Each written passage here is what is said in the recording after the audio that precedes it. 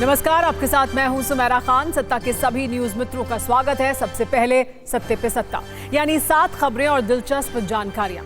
सत्ता में सबसे पहले बात होगी बांग्लादेश में सत्ता विरोधी प्रदर्शन की, जिसमें कट्टरता वाले प्रमाण हैं, तख्ता पलट वाली टेंशन है। कई इस्लामिक संगठनों के प्रदर्शन से डरी बांग्लादेश की सेना सड़कों पर गश्त लगा रही है।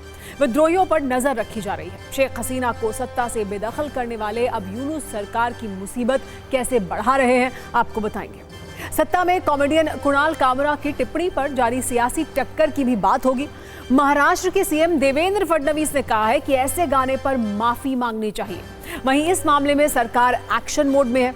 सभी सीडीआर और बैंक खातों की जांच होगी। जहां से ये शो शूट हुआ, वहां बीएमसी का हथौड़ा पहले ही चल चुका है। कर्नाटक में सरकारी ठेकों में मुस्लिम आरक्षण पर आज संसद में हंगामा हुआ। बीजेपी अध्यक्ष जेपी नड्डा ने कांग्रेस को घेरा। वहीं कांग्रेस अध्यक्ष खड़गे ने कहा कि कोई संविधान नहीं बदल सकता है। सत्ता में आपको बताएंगे कैसे डीके शिव कुमार के संविधान वाले बयान पर अभी तक संग्राम छिड़ा हुआ है। सियासी संग्राम तो लेकिन जगत गुरु रामभद्राचार्य के बयान पर भी छिड़ा है, जिसमें उन्होंने ये कहा कि बाबा साहेब आम्बेडकर को संस्कृत का ज्ञान नहीं था। इस पर मायावती ने कहा है कि बाबा साहेब को मनुस्मृति का पूरा ज्ञान था। इस पर हमने सियासी बयानबाजी वाली एक रील तैयार की है। दिल्ली हाईकोर्ट के जज कैश कांड में कॉलेजियम ने एक बड़ा फैसला लिया है। जस्टिस यशवंत वर्मा को इलाहाबाद हाईकोर्ट भेजने की सिफारिश की गई है। बार एसोसिएशन के विरोध के बावजूद ट्रांसफर की सिफारिश की गई है। सत्ता के न्यूज मित्रों को इंक्रीमेंट वाला अपडेट भी दे दें। सांसदों और पूर्व सांसदों का वेतन 24% बढ़ गया है। अब प्रत्येक सांसद का वेतन 1 लाख से बढ़कर 1,24,000 प्रति माह किया गया है। रोजाना भत्ता भी बढ़ाकर 2,500 रुपए कर दिया गया है। सत्ता के न्यूज मित्रों को नागपुर हिंसा का बुलडोजर वाला अपडेट भी दे दें। आज मुख्य आरोपी फहीम के घर बुलडोजर चला। अवैध निर्माण भी तोड़ा गया। इस पर दंगाइयों को भड़काने को लेकर देशद्रोह का केस भी दर्ज था। सत्ता की शुरुआत करते हैं उस शब्द से जो आजकल पाकिस्तान और बांग्लादेश में सबसे ज्यादा ट्रेंडिंग है, और इसको लेकर पिछले कुछ दिनों से पाकिस्तान और बांग्लादेश दोनों देश ज्यादा कुख्यात हो चुके हैं। इसे हम 2 देश 2 खबर और 2 वीडियो से आपको समझाते हैं। बांग्लादेश की राजधानी ढाका में सत्ता विरोधी प्रदर्शन चल रहे हैं। यूनुस की सरकार उन्हीं लोगों के टारगेट पर है जिनके आंदोलन की बदौलत उन्हें सत्ता मिली थी। इसके अलावा और भी कई फ्रंट पर बांग्लादेश की सरकार, सेना और पुलिस पानी पानी हो चुकी है। प्रदर्शन जबरदस्त है। दिन रात सेना की गश्त है। कहीं दूसरी तरफ पाकिस्तान की हालत बांग्लादेश से भी ज्यादा बिगड़ चुके हैं।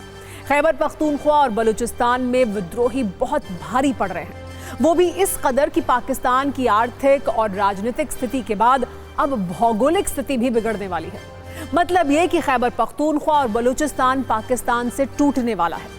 अगर ऐसा हुआ तो पाकिस्तान के पास उतना ही क्षेत्रफल बचेगा जितना भारतीय राज्य राजस्थान के पास है। बांग्लादेश पिछले कुछ दिनों से अशांत है।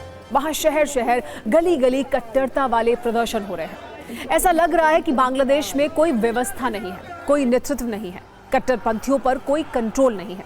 सबूत के तौर पर आप ढाका से आए ये वीडियो देख सकते हैं, जहां सेना के जवान सड़क पर आ चुके हैं, क्योंकि ढाका में लगातार विरोध प्रदर्शन से स्थिति विस्फोटक हो चुकी है। एक तरफ बांग्लादेश के आर्मी चीफ के खिलाफ सोशल मीडिया कैंपेन चल रहा है, वहीं दूसरी तरफ ढाका की बैतुल मुकर्रम मस्जिद के पास इस्लामी समूह ने हल्ला बोल दिया है। यहाँ प्रदर्शनकारी फिलिस्तीन में इजरायली हमले को मुद्दा बनाकर यूनुस की सत्ता को सीधी चुनौती दे रहे हैं। ऐसे में हिंसा की आशंका को देखते हुए सेना और सुरक्षा बलों ने मस्जिद के बाहर सुरक्षा बढ़ा दी है। हालात ये हो चुके हैं कि बांग्लादेश की सेना ढाका में सड़कों पर दिन रात गश्त लगा रही है। फौजियों ने पुलिस की तरह अपनी चौकियां बना ली हैं और आने जाने वाले वाहनों को रोककर जांच कर रहे हैं। सत्ता में आज हम बांग्लादेश में कट्टरता वाली इस वीडियो कुंजी के साथ साथ वहां उठ रही सत्ता विरोधी चिंगारियों का भी विश्लेषण कर रहे हैं। आपको बताते हैं कि बांग्लादेश में क्यों तख्ता पलट ट्रेंडिंग है।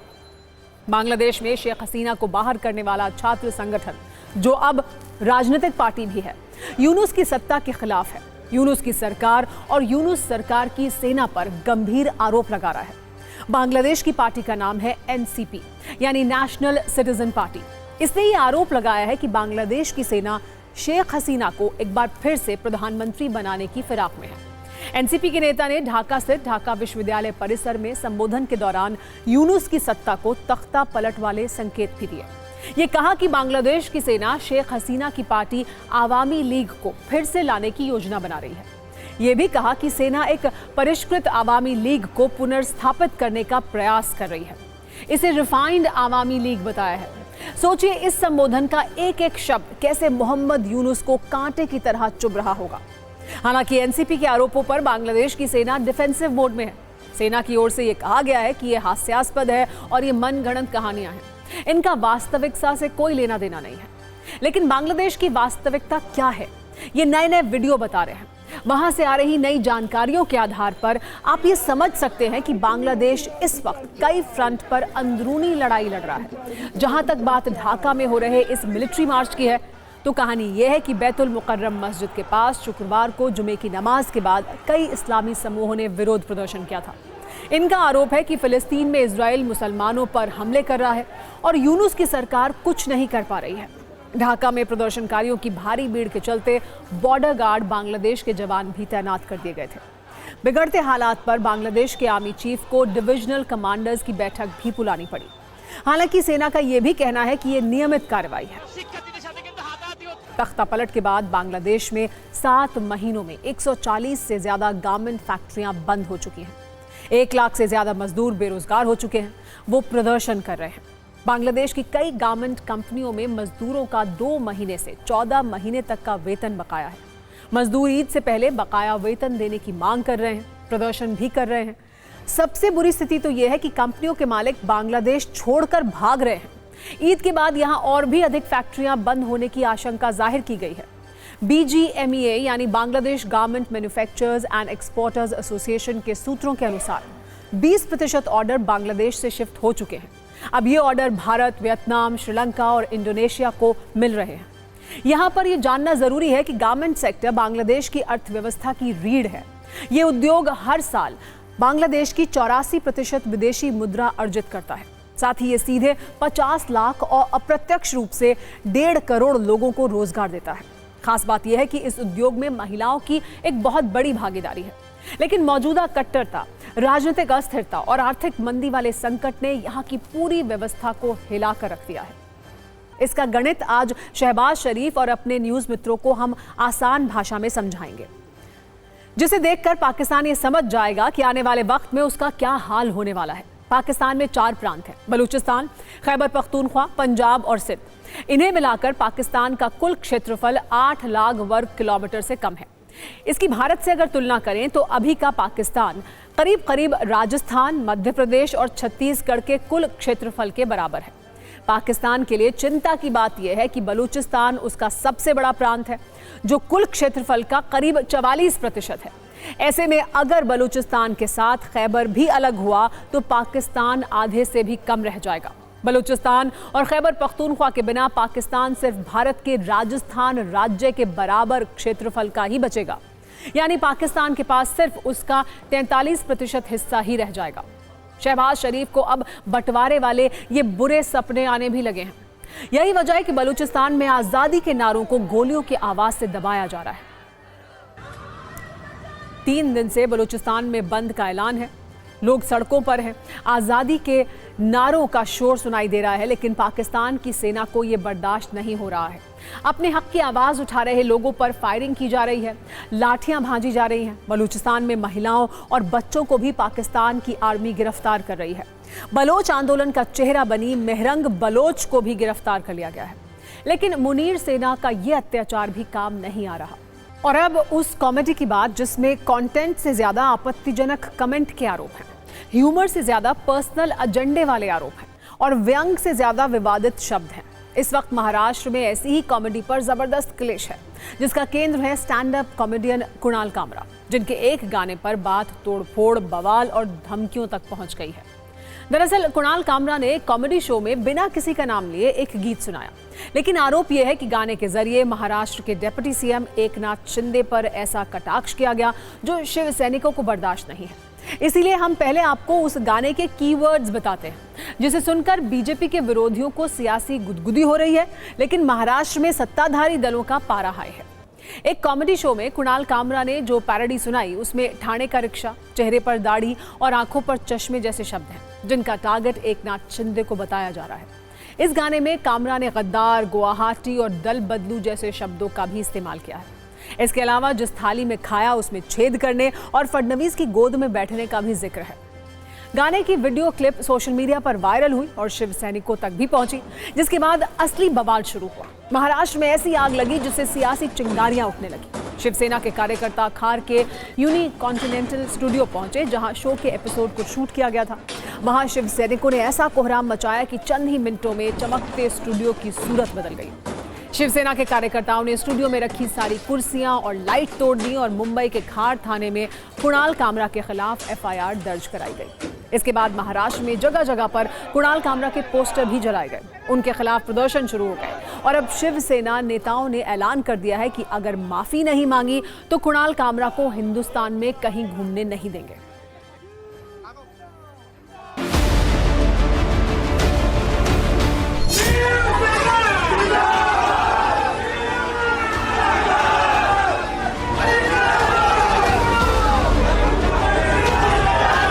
बहुत पहले करके रिकॉर्ड किया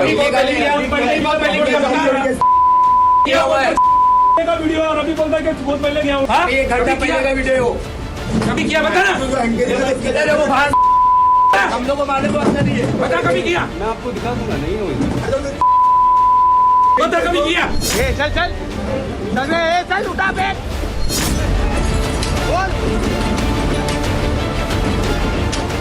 भाटा और संजय राउत के पास से पैसा लेके एकनाथ शिंदे साहब के ऊपर टीका टिप्पणी कर रहे हो ना, आपके पीछे लगेंगे ना तो भारत छोड़ के आपको भागने लगेगा। पर आप देख सकते हैं जो कालिक पोती गई है। कल शिवसेना के नेता कार्यकर्ता आए थे। 19 नामजद शिवसेना के कार्यकर्ताओं के खिलाफ खार पुलिस स्टेशन में एफआईआर दर्ज हुआ है और पूरा जो यूनिकॉन्टिनेंटल और द हैबिटेट लिखा हुआ जितना भी बोर्ड है सब पर कालिक पोती गई है।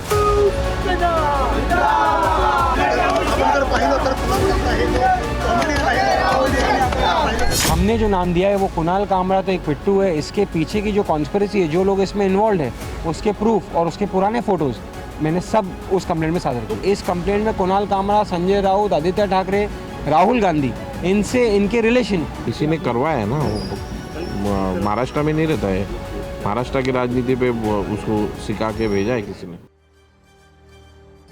शिवसेना कार्यकर्ताओं के इस बवाल के बाद आज कुणाल कामरा कैमरे पर तो नहीं दिखे, लेकिन उन्होंने सोशल मीडिया पर अपनी तस्वीर जरूर पोस्ट की, जिसमें वो हाथों में संविधान की कॉपी लिए हैं और इस तस्वीर के साथ उन्होंने लिखा, यही एकमात्र रास्ता है। वैसे संविधान की ये कॉपी देश में पहले भी काफी ट्रेंडिंग रह चुकी है, क्योंकि कांग्रेस सांसद राहुल गांधी कई बार संविधान की ऐसी ही कॉपी के साथ नजर आए थे और अब उसी स्टाइल में कुणाल कामरा ने भी अपने आलोचकों को जवाब दिया है। वैसे कुणाल कामरा के अनुसार उन्होंने जो कुछ कहा वो संविधान के तहत मिलने वाली अभिव्यक्ति की आजादी का हिस्सा है, लेकिन उनके आलोचक भी उसी संविधान के आधार पर यह सवाल पूछ रहे हैं कि अभिव्यक्ति की आजादी अनलिमिटेड कब से हो गई है। अब कुणाल कामरा के गाने का सियासत में नेता अपने अपने स्वादानुसार इस्तेमाल कर रहे हैं और कामरा के समर्थकों और उनके आलोचकों की एक लंबी लिस्ट तैयार हो गई है। एक तरफ वो लोग हैं जिन्हें कुणाल कामरा के शब्दों को सुनकर आनंद आ रहा है, तो दूसरी ओर वो लोग जिनका मिजाज थोड़ा बिगड़ा हुआ है। जैसे उद्धव ठाकरे का कहना है कि कुणाल कामरा ने जो कहा सच कहा, जबकि मुख्यमंत्री देवेंद्र फडणवीस ने कहा है कि शिंदे का अपमान है ये और इसे बर्दाश्त नहीं किया जाएगा।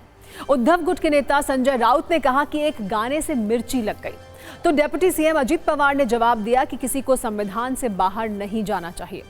इसी तरह समाजवादी पार्टी की राज्यसभा सांसद जया बच्चन ने इसे अभिव्यक्ति की आजादी बताया, तो शिवसेना के सांसद मिलिंद देवड़ा ने कहा कि कुणाल जैसे लोग पेड एजेंट की तरह हैं। कांग्रेस के विधायक नाना पटोले ने शिवसैनिकों की तोड़फोड़ पर सवाल उठाए, तो शिवसेना के सांसद ने साफ कह दिया कि कुणाल कामरा को हिंदुस्तान में घूमने नहीं देंगे। कुणाल कामरा की पैरोडी पर राजनीतिक चिंगारियों से भरी एक न्यूज रील आप भी देखिए।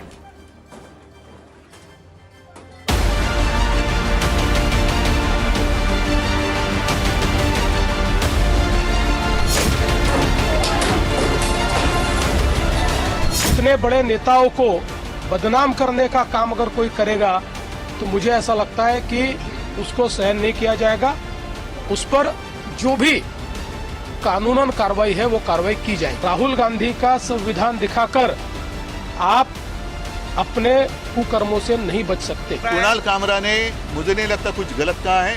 गद्दारों को गद्दार करना ये किसी पर हमला करने की बात नहीं है। जो गद्दार है वो गद्दार है। खरं तर कायदा, संविधान, नियम याच्या बाहेर पोलीस त्या ठिकाणी जाऊ नये।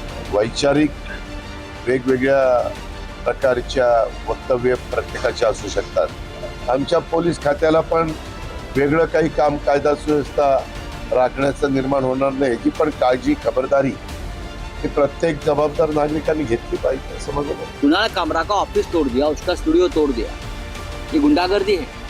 आपके पास कानून है, आप कानून के तहत कार्रवाई करो। आप कानून हाथ में लेकर इस प्रकार से लोगों को मारपीट नहीं कर सकते। मंत्री बाद में हूँ, शिवसैनिक पहला हूँ। एकनाथ जी शिंदे साहब के बारे में अगर गलत सलत कुछ भी कोई गाने के जरिए या अपने जो जबान उनको दी है उसके जरिए अगर गलत सलत कुछ बोलते रहेंगे तो हमारे शिवसैनिक कभी भी माफ करेंगे नहीं किसी को भी। महाराष्ट्र में कानून व्यवस्था नहीं रही है, वही उसी के परिणाम है।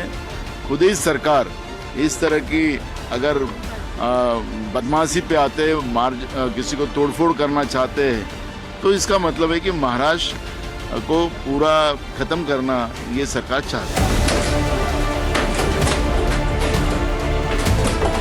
किसकी सुपारी ली कुणाल कामरा ने? उद्धव ठाकरे कंपनी की? क्या कारण था? अब समय आ गया है वो जहां मिले उनको कालीन पूछने का। वो बड़े नेता है, वो बड़े नेता रहने वाले हैं, इसीलिए कुणाल कामरा हो, किसी ने भी कुछ कहा हो तो उनका बड़प्पन वहाँ पे कम नहीं होता। There is freedom of speech, there is freedom of action only जब मारामारी हो। जो भाषा का प्रयोग कुणाल कामरा ने किया, मैं आज कह सकता हूं कि वो उभटा के लिए एक प्रकार से काम कर रहे हैं। और अब नजरिया 9। इस विवाद में अब पूरा विमर्श कुणाल कामरा के पक्ष और विरोध पर आकर टिक गया है। कुणाल कामरा के समर्थक ये कह रहे हैं कि ये तो अभिव्यक्ति की आज़ादी है। कामरा ने सच को कॉमेडी में बनाकर प्रस्तुत किया है, जबकि उनके आलोचक और विरोधी ये कह रहे हैं कि कुणाल कामरा ने कॉमेडी को अपना राजनीतिक हथियार बना लिया है और वो अभिव्यक्ति की आज़ादी का दुरुपयोग कर रहे हैं, क्योंकि ये आज़ादी कभी भी अनलिमिटेड नहीं हो सकती है। अब बात मनुस्मृति और बाबा साहेब आम्बेडकर के संस्कृत ज्ञान वाली बहस की, जो जगत गुरु रामभद्राचार्य के बयान के बाद शुरू हुई है। जगत गुरु रामभद्राचार्य ने यूपी के चित्रकूट में एक कार्यक्रम के दौरान कहा कि बाबा साहब आम्बेडकर को संस्कृत का ज्ञान नहीं था। अगर उन्हें संस्कृत आती तो मनुस्मृति को जलाने का प्रयास नहीं करते। उन्होंने कहा कि मायावती को बहन जी कहने में संकोच होता है, क्योंकि मायावती ने ही मनुस्मृति को गाली देने की शुरुआत की, जबकि उनको मनुस्मृति का एक अक्षर भी नहीं पता। उन्होंने ये भी कहा कि मनुस्मृति में कुछ भी राष्ट्र निर्माण के विरोध में नहीं है। सवाल बाबा साहब आम्बेडकर के संस्कृत ज्ञान को लेकर थे और विमर्श मनुस्मृति पर, इसीलिए इस पर विवाद होना भी स्वाभाविक ही था। पहले आप जगत गुरु रामभद्राचार्य का पूरा बयान सुनिए, फिर इस पर सियासत वाला एंगल भी समझाएंगे। मन को गाली देने का प्रारंभ क्या तो बहन तो कहीं संकोच लग रहा है। मन को गाली देने का प्रारंभ मायावती जी ने किया था, जिनको मनुस्मृति का एक अक्षर नहीं जानते। यदि बाबा साहब अम्बेडकर ठीक संस्कृत जानते होते तो मनुस्मृति को जलाने का कुछ प्रयास नहीं करते। मनुस्मृति वाली बहस में जगत गुरु रामभद्राचार्य को मायावती की ओर से जवाब दिया गया। सोशल मीडिया पोस्ट में बीएसपी प्रमुख मायावती ने लिखा कि मनुस्मृति का डॉक्टर भीमराव अंबेडकर को पूरा ज्ञान था और उन्हें खुद भी मनुस्मृति के बारे में पूरी जानकारी है। मायावती ने यह भी कहा कि मनुस्मृति वाली इसी व्यवस्था के खिलाफ बीएसपी की स्थापना की गई ताकि पीड़ितों को पैरों पर खड़ा किया जा सके। इस बहस में मायावती को समाजवादी पार्टी और कांग्रेस का भी साथ मिला।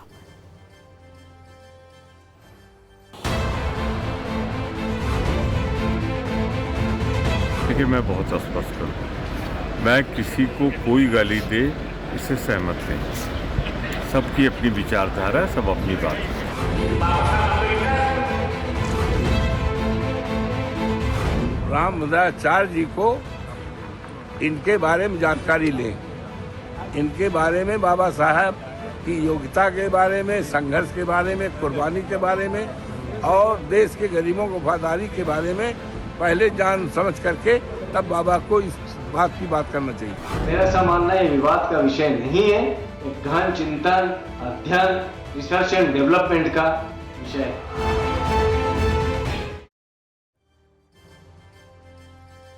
वैसे आज बाबा साहेब आम्बेडकर के संस्कृत ज्ञान के बारे में हमने भी आपके लिए एक जरूरी जानकारी जुटाई है, जिससे ये पता चलता है कि डॉक्टर आम्बेडकर संस्कृत के समर्थक थे। दरअसल 11 सितंबर 1949 को नेशनल हेराल्ड अखबार में एक खबर छपी, जिसका शीर्षक था संस्कृत के साथ आम्बेडकर, जिसके मुताबिक डॉक्टर आम्बेडकर का मानना था कि संस्कृत पूरे देश को भाषाई एकता के सूत्र में बांधने वाली भाषा हो सकती है। उन्होंने ये सुझाव दिया कि अंग्रेजी को आज़ादी के बाद 15 वर्षों तक आधिकारिक भाषा बनाया जाए, जब तक संस्कृत पूरे देश की स्वीकार्य भाषा नहीं बन जाती है। उन्होंने ये कहा कि 15 वर्षों के बाद संस्कृत को देश की आधिकारिक भाषा बना दिया जाए। इस बात की पैरवी उन्होंने राष्ट्रभाषा व्यवस्था परिषद में भी की थी। हमें ये संदर्भ भी मिला कि बाबा साहेब आम्बेडकर को संस्कृत का ज्ञान था। उन्होंने जर्मनी में संस्कृत भाषा का अध्ययन किया था। अब एक ऐसे कलेश की बात जो शुरू तो कर्नाटक में मुस्लिम आरक्षण से हुआ था, लेकिन अब ये मैच संविधान की पिच पर पहुंच गया है। और ये वही पिच है जिस पर लोकसभा चुनाव के वक्त कांग्रेस की गुगली ने बीजेपी को बड़ा परेशान किया। लेकिन अब उसी पिच पर बीजेपी सियासत के बड़े शॉट लगाने की कोशिश में है। इसकी वजह है कर्नाटक के deputy CM DK Shiv Kumar, जिनके एक बयान को लेकर आज संसद का तापमान बहुत ज्यादा रिकॉर्ड किया गया है। दरअसल DK शिव कुमार ने एक कार्यक्रम के दौरान मुस्लिम आरक्षण के सवाल पर कहा कि कर्नाटक सरकार ने जो शुरू किया है, इसको लेकर सब कोर्ट जरूर जाएंगे, इसीलिए कोर्ट के फैसले का इंतजार करते हैं। हमें बेहतर दिनों का इंतजार करना होगा। अभी कई बदलाव करने हैं, संविधान बदलेगा और बदल रहा है।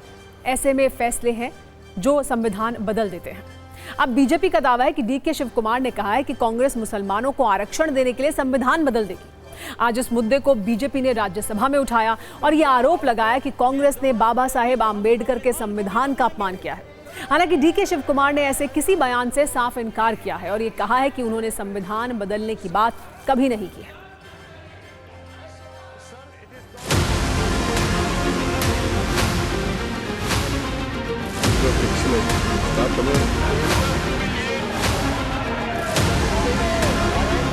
This is a very serious matter और ये लोग बड़े संविधान के रक्षक बनते हैं और ये लोग संविधान की रक्षा करने की बात सारे देश को बताते हैं, ढोल पीटते हैं, वो संविधान की धज्जियां उड़ाते हैं। ये इसके लिए हम रोकते हैं।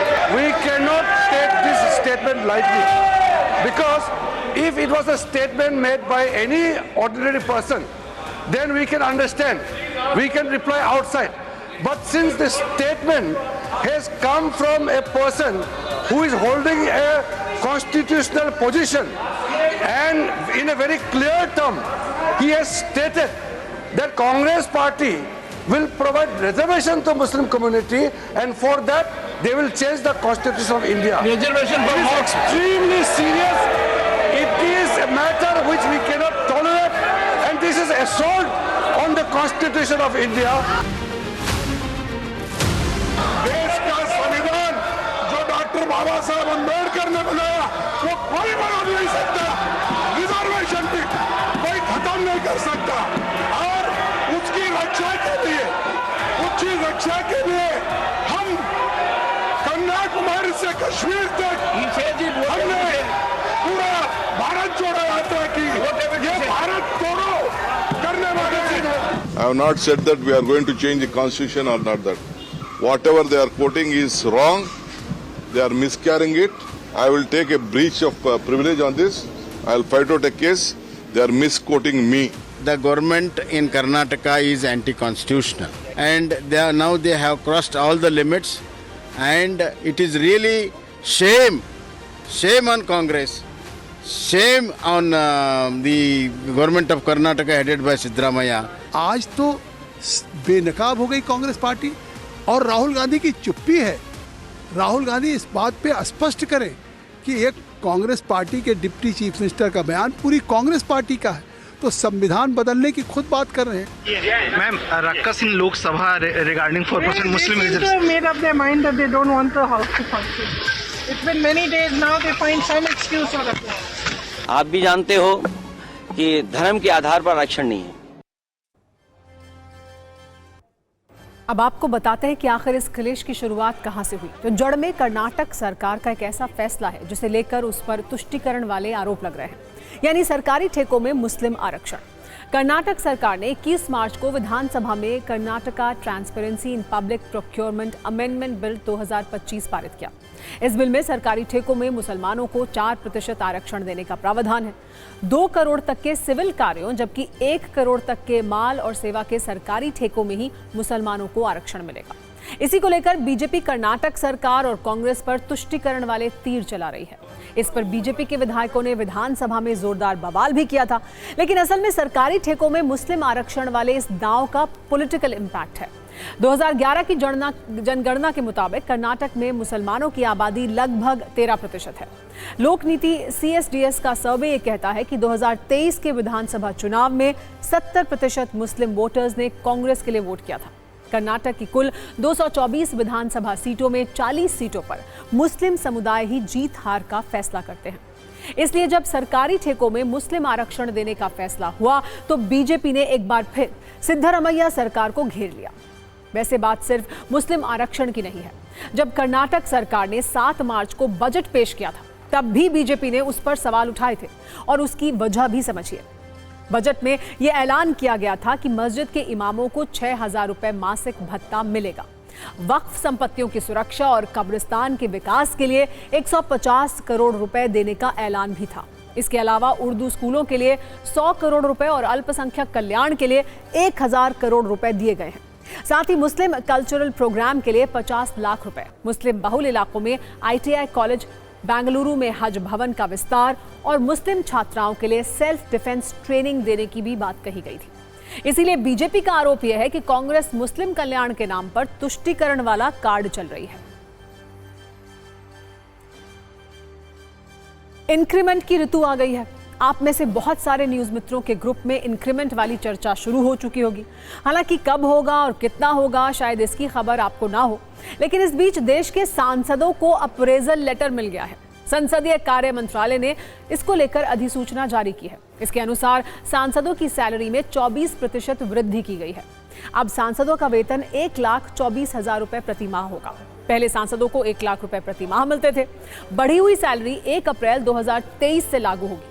डेली अलाउंस और पेंशन भी अब बढ़ा दिया गया है। डेली अलाउंस 2,000 रुपए से बढ़ाकर 2,500 रुपए किया गया है। पूर्व सांसदों की पेंशन 25,000 रुपए से प्रति माह बढ़ाकर 31,000 रुपए प्रति माह कर दी गई है। आपको यह भी बता दें कि 5 साल से ज्यादा समय तक सांसद रहे सदस्यों को हर साल के लिए मिलने वाली एक्स्ट्रा पेंशन भी 2,000 रुपए प्रति माह से बढ़ाकर 2,500 रुपए प्रति माह कर दी गई है। ये बढ़ोतरी कॉस्ट इम्प्लीकेशन इंडेक्स यानी लागत मुद्रास्फीति सूचकांक के आधार पर की गई है।